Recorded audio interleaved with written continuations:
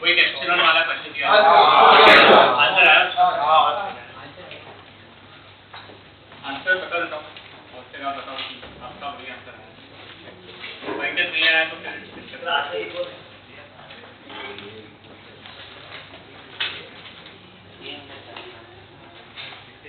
कौन सा होगा?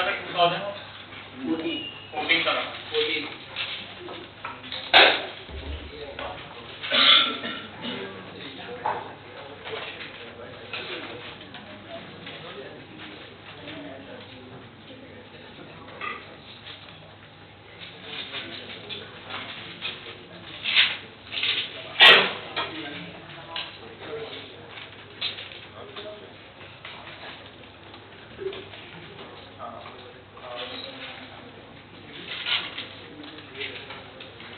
आंसर बताओ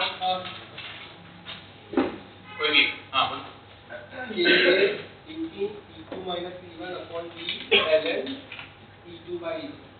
ओके ये वाला epsilon not bracket epsilon 2 minus epsilon 1 times a upon 3 ln of epsilon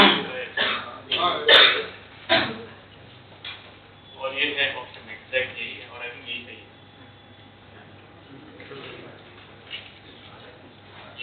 anyone else इसका ही आंसर सेम टू सेम यही आंसर है। हाँ सेम आंसर। बाकी और कोई कैंडिडेट से कि बाकी सबका नहीं आया है दैट मींस बराबर ना? ओके तो अब ये साइड से किसी का भी नहीं आया तो कितने लोगों ने ट्राई किया?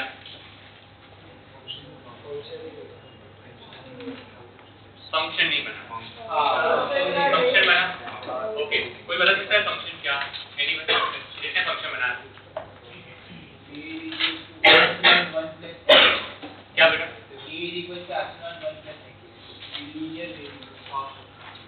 a is epsilon 1 plus x।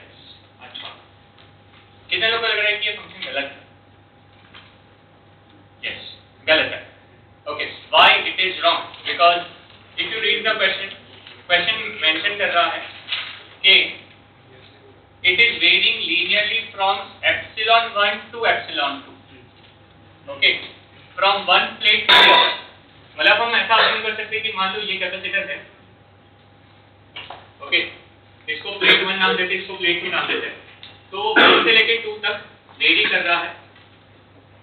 यहाँ पे एप्सिलॉन 1 है उसकी वैल्यू और यहाँ पे एप्सिलॉन 2। तो फंक्शन में दोनों वेरिएबल होना बहुत इंपॉर्टेंट है ना बेटा। अगर दोनों नहीं है तो कैसे चलेगा? तो इस पर अगर हम ऐसा सपोज करें कि एप्सिलॉन 2 जो है वो एप्सिलॉन 1 प्लस ये जो होगा वो होगा। लॉजिकली सोच एप्सिलॉन जैसे ये k है दैट्स अ यूनिटलेस क्वांटिटी ना।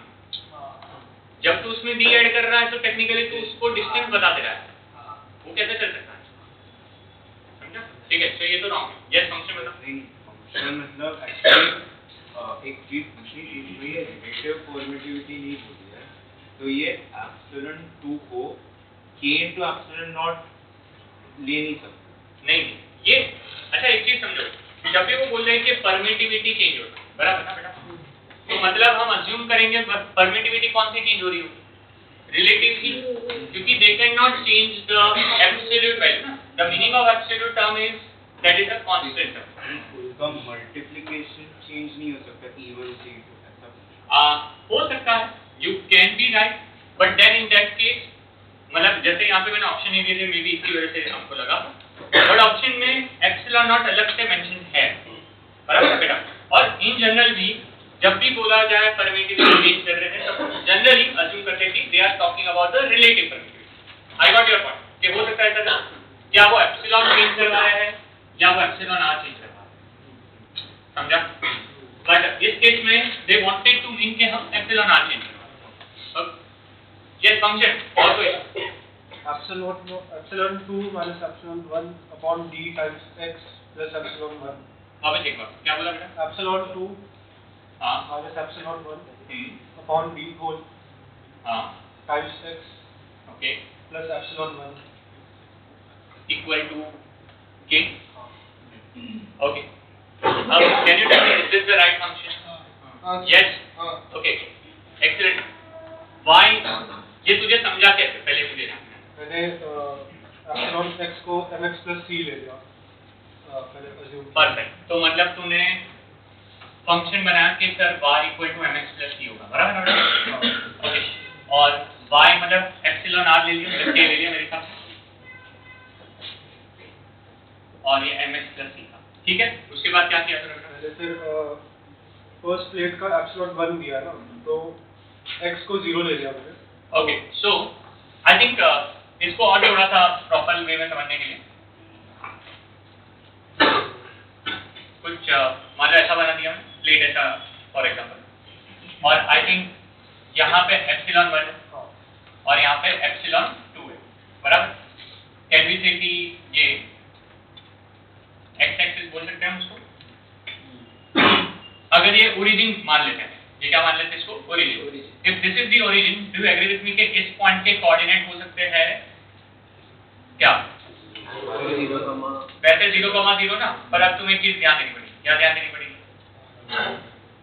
देखो यहाँ पे और यहाँ पे तुम्हें मेक श्योर क्या करना है कि जब यहाँ पे हम आ रहे हैं तो ये तो x में चेंज आ रहा है ना और साथ में एक रिलेटिव परमिटिविटी भी चेंज हो रही है. मतलब वो क्या बोल रहा है जैसे यहाँ पे बता रहा है ये पॉइंट पे वो x को 0 डालेगा और k की वैल्यू एप्सिलॉन बन जाएगा. कुछ समझा? क्योंकि वेरिएशन वैसा है ना. अरे सबको क्लियर है? तो अगर मैं x को यहाँ पे क्या डाल दूं तो k मेरा उस टाइम पे क्या बन जाना चाहिए एप्सिलॉन 1. मतलब that's the thing which I want to convey. और सेकंड टाइम पे जब x को मैं क्या डालूं मतलब जब मैं यहाँ से यहाँ पे पहुंचा तब मेरा एप्सिलॉन का वैल्यू क्या आ जाना चाहिए एप्सिलॉन 2. आई होप ये क्लियर है. उससे फायदा क्या होगा जब मैं x को 0 डालूंगा तो मुझे c का वैल्यू मिलेगा और जैसे ही मुझे x की वैल्यू d डालूंगा तब मुझे m की वैल्यू मिल जाएगी. This okay. वहां से this particular function will arise. ये समझा? देखो ये क्वेश्चन इसके बाद जो करा हुआ है वैसा है. मतलब आप ध्यान से देखो क्या ये कांस्टेंट टर्म है? क्या ये भी कांस्टेंट टर्म है? क्या इसको मैं अब ऐसा लिख सकता हूँ k ax b. अब सच बताओ यार. तो मतलब क्वेश्चन वही है. Do you understand that? सिर्फ पूछने का तरीका क्या है कि तुम पहले फंक्शन खुद बनाओ.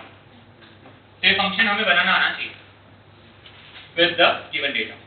So this is the right function. This is the answer now you are going to get. And अभी भी I am not sure. मुझे अभी भी जो भी डाउट पूछ रहे हैं ना आप लोग इन मतलब WhatsApp पे जो भी मेरे बच्चों के डाउट आ रहे हैं वो क्या आ रहे हैं? We are not able to understand कि सर वेरिएशन कौन से विद रिस्पेक्ट में कि हमेशा मुझे यही प्रॉब्लम आ रहा है. तो आंसर बहुत सिंपल है. Answer simple. तुम्हारा वेरिएशन है ना वो खुद ही बताएगा वेरिएशन कैसा जा रहा है. वो क्या बोल रहा है एप्सिलॉन चेंज कैसे हो रहा है. चलो बताओ एप्सिलॉन कैसे चेंज हो रहा है एक ग्रेड से दूसरे ग्रेड. अब देखो तुम वो टाइम पे एग्जाम के टाइम पे कौन सा डायग्राम ड्रॉ करते हो मुझे नहीं पता. तुम ऐसा भी ड्रॉ कर सकते थे तुम ऐसा भी ड्रॉ कर सकते थे बराबर. मैं दोनों किससे एक्सप्लेन करता हूँ. मान लो मैं डायग्राम ऐसे चेंज कर रहा हूँ. दैट मींस क्या है मेरा एप्सिलॉन 1 यहाँ से यहाँ तक चेंज हो रहा है. यस जब वेरिएशन ऐसा है so definitely I am going to consider the strip like this only. क्योंकि इस पॉइंट पे मेरी वैल्यू एप्सिलॉन 1 होगी इस पॉइंट पे मेरी वैल्यू क्या होगी एप्सिलॉन 2. तो मेरा जो वेरिएशन होगा वो ऐसे चेंज होगा ना. ये समझा अच्छे से? अब जब मैं यहाँ पे आ रहा हूँ तो मैंने ऐसा डायग्राम बनाया था एप्सिलॉन 1 से एप्सिलॉन 2 है तो मेरा वेरिएशन यहाँ से यहाँ तक चेंज है. तो मैं स्ट्रिप ऐसे ही कंसीडर करूंगा ना इस उसी लाइन में कंसीडर करूंगा ना. To understand that. अब जब उस टाइम में कंसीडर करूंगा तो स्ट्रिप ऐसी होगी और ये जो स्ट्रिप है ये सारी की सारी एक दूसरे के साथ क्या है सीरीज में है. कैसे है? क्योंकि ऐसा फंक्शनैलिटी है ना प्लेट के ऐसे जाता है तो वो क्या बनता है series. Are you getting that? अगर मैं एरिया के विद रिस्पेक्ट में को चेंज करता किसके विद रिस्पेक्ट में चेंज करता एरिया लाइक दिस तो मेरी स्ट्रिप कैसे होती. मतलब अगर कुछ एरिया का फंक्शन दिया होता इस वे में तो मैं स्ट्रिप ऐसे बनाता ना. अब जब स्ट्रिप ऐसे बनती तब जाके वो किस में जाती बेटा पैरेलल में. कुछ समझा आपको? तो आप कंफ्यूज हो ही नहीं सकते. सच बता आप कंफ्यूज हो ही नहीं सकते अगर आपको समझा है एग्जैक्टली कि वेरिएशन कैसा है, वो हमेशा variation one plate to other का ही दे रहे हैं, वन प्लेट टू अदर दे रहे हैं, तो दैट मीन्स मेरा वेरिएशन ऐसा होगा, सिर्फ ऐसे कंसीडर करूंगा, और वो हमेशा किसमें कंसीडर होंगे, सीरीज। अगर सीरीज में होंगे तो डीसी लिख के उल्टा करके इंटीग्रेट करना पड़ेगा। ये सबको समझ आ रहा है? बस यार, आई थिंक मैं भी ये सॉल्व नहीं करना चाहता, ये खुद आप ही करो, बस ये फंक्शन लिख के रखो, एज वेल एज ये आंसर भी लिख के रखो। क्वेश्चन तो आपने लास्ट टाइम लिखा था।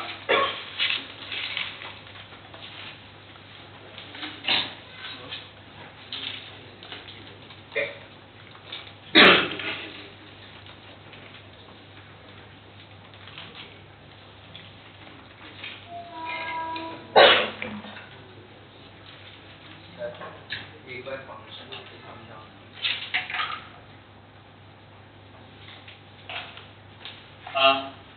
Relative permittivity is varying from epsilon 1 to epsilon 2 from one plate to the other, और linearly mentioned है, मतलब I can consider this as a general equation of a line.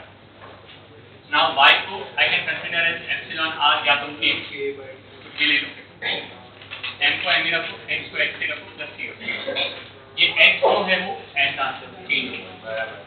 अब जब मैं x को 0 कंसीडर करूंगा, मतलब when I am here, yes, उस केस में मेरा एप्सिलॉन r कितना है, एप्सिलॉन 1, सो ये मेरा एप्सिलॉन 1 हो जाएगा, देयरफॉर फर्स्ट इक्वेशन होगा epsilon 1 equal to c, so this equation will now be epsilon r is mx plus epsilon 1। Second case में जब x की वैल्यू d डालेंगे, मतलब कि यहां पे तब ये एप्सिलॉन 2 बन जाएगा, so epsilon 2 is equal to mp plus epsilon 1, so m will be nothing but epsilon 2 minus epsilon 1 by 2, ये वैल्यू मैंने यहाँ पे सब्स्टिट्यूट कर दी, तो मेरे पास ये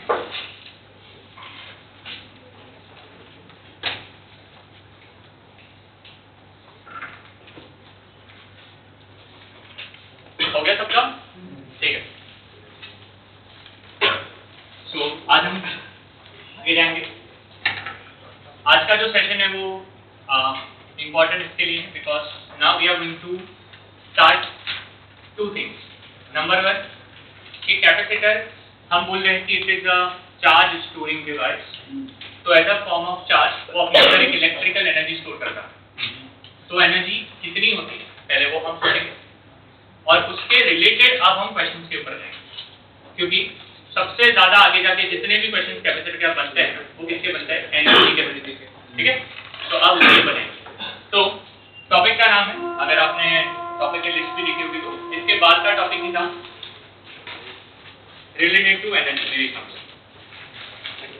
हम लोगों का कैपेसिटर में डायलेक्ट्रिक हो चुका है, उसके बाद का टॉपिक था energy density, energy store and the problems based on drops. I think यही लिखा था मैंने, ठीक है। तो आई थिंक यही हेडिंग है, energy stored in a capacitor,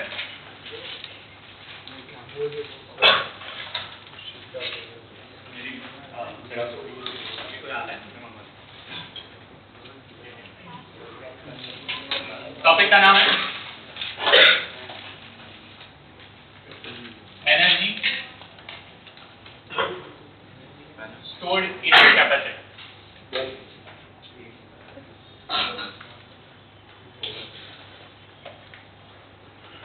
Energy stored in a capacitor.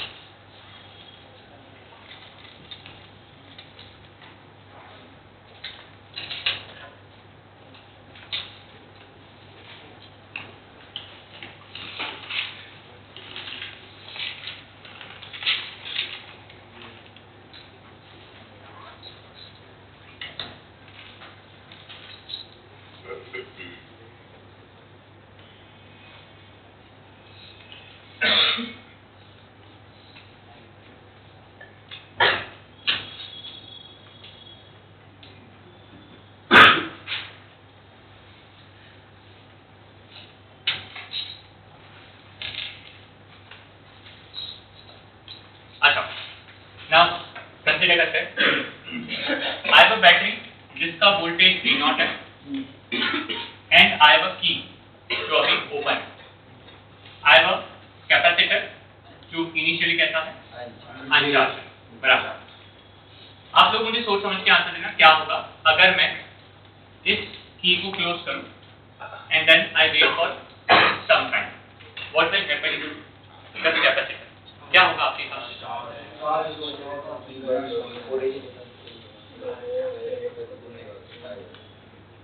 Okay, भव्य बोला है कि सर जैसे कि क्लोज करोगे तो धीरे धीरे कैपेसिटर चार्ज अपने आप को करना स्टार्ट करेगा, इसके अक्रॉस वो पोटेंशियल डिफरेंस डेवलप करेगा, उसके बाद मतलब क्या ये कांस्टेंट चलता रहेगा, कभी जाके रुकेगा?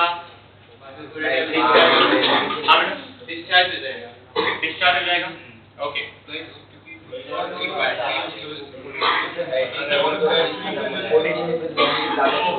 कांस्टेंट फ्लो होता रहेगा।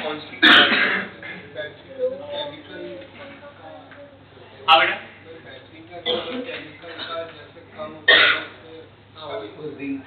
अज्यूम करो कि मेरे पास ऐसी सप्लाई है कि वो केमिकल कम हो ही नहीं रहा। कांस्टेंट क्या स्टोर होता जाएगा। तो डोंट यू थिंक हमने जबरदस्त चीज लाइफ में बना दी कि हम चीजों को देते जा रहे हैं, इसकी कैपेसिटी भी अनलिमिटेड, इसकी कैपेसिटी भी अनलिमिटेड। चलेगा क्या? कैपेसिटर का capacity of energy charge hold करने का कैपेसिटी बढ़ता। ओके, उसके बाद क्या होगा? या चार्ज फ्लो ना बंद होगा कभी या कभी नहीं होगा? सर होगा, एक सर्टेन कैपेसिटी तक वो ये चार्ज तो फ्लो होता रहेगा, अगर वो कैपेसिटी के आगे हो जाता है तो ये सर्किट बंद हो जाएगा। सर्किट बंद हो जाएगा, हाँ। ओके। आप अपने मोबाइल फोन को जब चार्ज करते हो, ओके, आपका वहाँ पे वो 100% दिखा देता है ना, ऊपर लिखा होता है, उसके बाद क्या होता है? आपके फोन में सडनली अगर वो मान लो 101% दिखा है, कंजूरिंग 4 की फिल्म ही है क्या? ये 100 के ऊपर कैसे जाए? ठीक है, मैं बताना चाह रहा हूँ, जैसे आपका थॉट प्रोसेस सही है। Basically capacitor is kind of a battery, but there is a difference between a battery and a capacitor. जैसे तुम उसको स्विच को क्लोज करोगे, धीरे धीरे करके ये अपने अंदर चार्ज को होल्ड करना चालू करेगा, मतलब प्लेट के ऊपर चार्ज देना चालू करेगा, सही है? जब आप चार्ज देते जा रहे हो ना कैपेसिटर के ऊपर, तो टेक्निकली वो क्या कर रहा है? अपने वोल्टेज को बढ़ाना स्टार्ट कर रहा है, डू यू एग्री? सो अब वो अपने वोल्टेज को धीरे धीरे करके इंक्रीज कर रहा है। अब चार्ज या तो करंट फ्लो का कंडीशन बहुत सिंपल है ना, द करंट या तो charge can only flow when there is a potential difference. So exactly अगर हम बोलते हैं कि ये 10 वोल्ट की बैटरी है, इस पे इनिशियली कुछ भी चार्ज नहीं था और कोई चार्ज नहीं था तो कोई पोटेंशियल भी नहीं था, तो जैसे जैसे इसने अपना चार्ज इसको देना चालू किया, अब ये तो कांस्टेंट सप्लायर ऑफ चार्ज है, इसके बाद बहुत सारा चार्ज, क्योंकि हम क्या कंसीडर करें, इलेक्ट्रोकेमिकल से चाहे उतने चार्ज वो दे सकता है, सही है ना? ये चार्ज इसके प्लेट पे वो दे रहा है, डू एग्री विद मी? जब दे रहा है तो धीरे धीरे करके क्या इसका पोटेंशियल बढ़ते जा रहा है। तो what is going to happen? ये अगर 10 पे है, ये फिक्स है, ये 0 से 1 पे जाएगा, 1 से 2 पे जाएगा, 2 से 3 पे जाएगा, और करते करते करते अपने आप को कभी ना कभी वो 10 पे पहुंचाएगा, बराबर ना? जब ये 10 पे पहुंचेगा तो उसने क्या किया? अपनी वोल्टेज को इसके एक्सेल इक्वल कर दिया, मतलब ये कंप्लीटली चार्ज हो गया, do you agree? When it is completely charge, now the current will stop, now the current will stop, रुक गया। इसके बाद अब तुम इस सर्किट को आगे कुछ एनालिसिस कर नहीं सकते, क्योंकि इसके आगे तो कोई मतलब ही नहीं, unless I remove the battery, and then I connect the capacitor with the resistor. सुनो, मैं अब बैटरी के बजाय किसको कनेक्ट कर रहा हूँ? So अब क्या होगा पता है? सर्किट अब ऐसे कुछ चेंज होगा,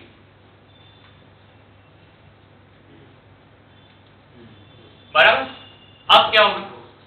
Now this capacitor will act like a battery. अरे समझा है? मैंने बोला ना कि it can act like a battery. It will act like a battery. And this will now give the charge to this. Yes or no? So technically ये current flow करने का चालू करेगा सर्किट के अंदर, आया ना? पर now there is a problem. What is the problem? Capacitor is like a battery but not like a battery. जैसे ये कांस्टेंट चार्ज देता रहता है, ये तो प्लेट के ऊपर का चार्ज दे रहा है ना, उसको भरने वाला कोई नहीं है ना, तो वो धीरे धीरे क्या होगा, कम होगा। और कम होते होते होते डू यू एग्री, एक पॉइंट ऐसा आएगा जहाँ पे ये कंप्लीटली डिस्चार्ज हो जाएगा, और जब डिस्चार्ज हो जाएगा तो finally after certain point of time वापस करंट क्या हो जाएगा, जीरो।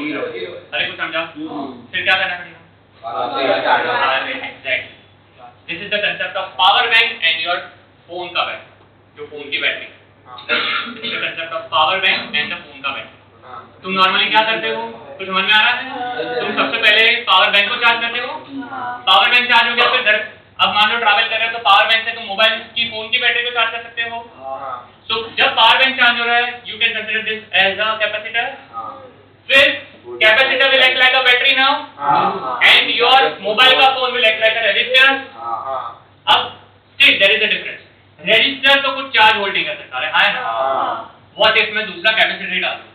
तो अभी वो आगे हमें समझना है। दो कैपेसिटर अगर मैं कनेक्ट करूं तो क्या होगा उन दोनों के बीच, कुछ समझा नहीं समझा? सो अगर ये चार्ज है, ये अनचार्ज है, तो क्या हो सकता है, चार्ज होगा।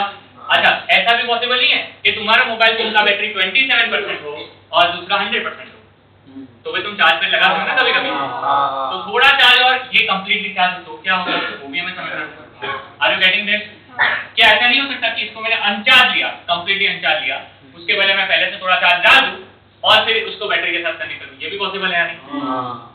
अब just imagine hypothetical scenario, what if capacitor का इनिशियली वोल्टेज चार्ज करके 13 वोल्ट कर दिया, कितना कर दिया, और मैंने कनेक्ट किसके साथ किया, 10 के साथ किया, कोई समझा? पॉसिबल है ना कि मैंने कोई दूसरी बैटरी से पहले चार्ज किया जिसका वोल्टेज ज्यादा था, और उसको कनेक्ट करके अब मैंने वो बैटरी के साथ कनेक्ट कर दिया जिसका वोल्टेज कम था। You understand this? तो क्या होगा? तो एक चीज याद रखनी है फंडा, जब हम यहाँ पे इसको कम इसको ज्यादा मान रहे हैं, तब ये इसको चार्ज कर रहा है ना, जब ये ज्यादा है ये कम है, तो ये इसको चार्ज करने का ट्राई करेगा। मतलब now this will act like a primary source of supply, this will act like a secondary source of supply. इसको सोर्स एंड सिंक बोलते हैं सर्किट्स में। सोर्स एंड क्या बोलते हैं, सिंक। सोर्स मतलब जो देता है, सिंक मतलब जो लेता है। कुछ समझाया नहीं समझा? आपके बाथरूम में जो सिंक रहता है, जिसको वॉश बेसिन बोलते हो, उसको सिंक क्यों बोलते हैं, आपने सुना होगा। क्योंकि क्या करता है, वो पानी बेसिकली सोर्स है, आपका टैप है, और वो सिंक है। कुछ समझा? यही कंसेप्ट हम यहाँ पे भी लगाते हैं। ये सोर्स की तरफ ट्राई करेगा, ये सिंक की तरफ ट्राई करेगा, पर एक चीज समझनी है, ये तो अपने आप को बाहर से कभी चार्ज करता है। जैसे ये स्टोर कर सकता है, ये थोड़ी स्टोर कर सकता है। कुछ समझा? फिर भी होगा क्या, इसका चार्ज यहाँ पे आने का ट्राई करेगा, पर ये बीच में वायर है ना, हाँ है ना, तो वहां पे होगा हीट लॉस। वहां पे क्या होगा, और ये हीट लॉस तब तक होता रहेगा जब तक दोनों का पोटेंशियल सेम नहीं हो जाता। होगा ही होगा, क्योंकि the condition, the universal truth can never change. Wherever you connect something in parallel, the voltage should become same. Parallel में हमेशा क्या सेम होता है, वोल्टेज, और सीरीज में हमेशा क्या सेम होता है। तो मतलब जब तक तुम अगर कोई चीज को पैरेलल में कनेक्ट करते हो बेटा, वो हमेशा तब तक चार्ज की सप्लाई चलती रहेगी जब तक दोनों का वोल्टेज सेम ना हो। Is this fine? और ये मैंने जितने सिनारियो लिए उसके हर एक के ऊपर क्वेश्चन बनता है, इसी के ऊपर ही यही अभी क्वेश्चन बना रहा है। सो अभी मेरा काम है सबसे आसान तरीके से स्टार्ट करना। क्या है, अभी कौन सा केस ले रहा हूं मैं, when this is completely अनचार्ज and हम इसको अभी चार्ज करने वाले हैं। Is this okay? अब सुनो, जब ये कंप्लीटली अनचार्ज है और मैंने स्विच को क्लोज किया, और after certain point of time मैंने जब इसको देखा तो इसके ऊपर कोई तो चार्ज और कोई तो वोल्टेज था। यस, लेट अस से उस पॉइंट पे जो उसका वोल्टेज था वो था V, और क्या आप एग्री करोगे, उस पॉइंट पे जो चार्ज होगा लेट से होगा वो क्या, Q upon C। Is this fine? So can we say the voltage across the capacitor is now Q by C? याद रखना ये दोनों वैल्यू इंस्टेंटेनियस वैल्यू है। Do you understand the meaning of instantaneous? पढ़ चुके हम लोग, है ना? अब मुझे इसके ऊपर थोड़ा सा और चार्ज देना। इसके ऊपर चार्ज कितना था? कितना था? नहीं, 0 के बाद अब Q हो चुका है, समझा? Try to understand. इनिशियली 0 था, अभी बीच में कितना आया है और मेरा फाइनल एम में कितना तक पहुंचना है, अरे समझा नहीं समझा, this is the start point, this is the final point, ये इन बिटवीन का पॉइंट, और तभी मैंने उसको थोड़ा रुका के ये सब मैंने डेटा मेजर किया। So v equal to q by 3 हुआ। नाउ मुझे q से थोड़ा आगे जाना है, मतलब q के ऊपर थोड़ा एक्स्ट्रा चार्ज देना है, that extra charge let's say dq देना है। क्या लेना है मुझे? अब जब मुझे इसके ऊपर चार्ज देना है तो डोंट यू थिंक मुझे कोई तो वर्क डन करना पड़ेगा, और ये वर्क डन करने वाला प्राणी कौन है? एक ही है, कौन? बैटरी। तो battery will do some kind of work done. इन इलेक्ट्रोस्टैटिक्स के हमने वर्क डन का फार्मूला देखा है सर, हाँ सर देखा है। The formula for work done is q into v, है ना? Formula of work done is q into v। अब मैं कितना चार्ज देना चाहता हूँ सर? dq। तो कहना है इट इज dq into कितना? v। तो dq into v, is it fine? क्या इसको मैं लिख देता हूँ ऑप्शन नंबर 2, क्वेश्चन 2। क्या मैं v के बजाय q बाई 3 डाल सकता हूँ? Please substitute w is equal to क्या हो जाएगा बेटा? dq into क्या? q by 3। ये क्वेश्चन नंबर 3 होगा। अच्छा, now I want to calculate the total work done. Yes sir, total work done के लिए मुझे क्या करना पड़ेगा? इंटीग्रेशन। इफ आई इंटीग्रेट तो मेरे पास लिमिट आनी चाहिए, और जब लिमिट आएगी तो लिमिट होनी चाहिए कि स्टार्टिंग में क्या था, फाइनल क्या था। तो मुझे पता है कि चलो स्टार्टिंग में 0 वर्क डन था, फाइनल में w वर्क डन था। यस, इसको जब मैं करूंगा तो स्टार्टिंग में मेरे पास चार्ज 0 था और अब कितना है q। Are you getting this? जब मैं इसका इंटीग्रेशन करूंगा तो क्या मैकेनिकल में w इक्वल टू हो जाएगा q स्क्वायर बाय 2c।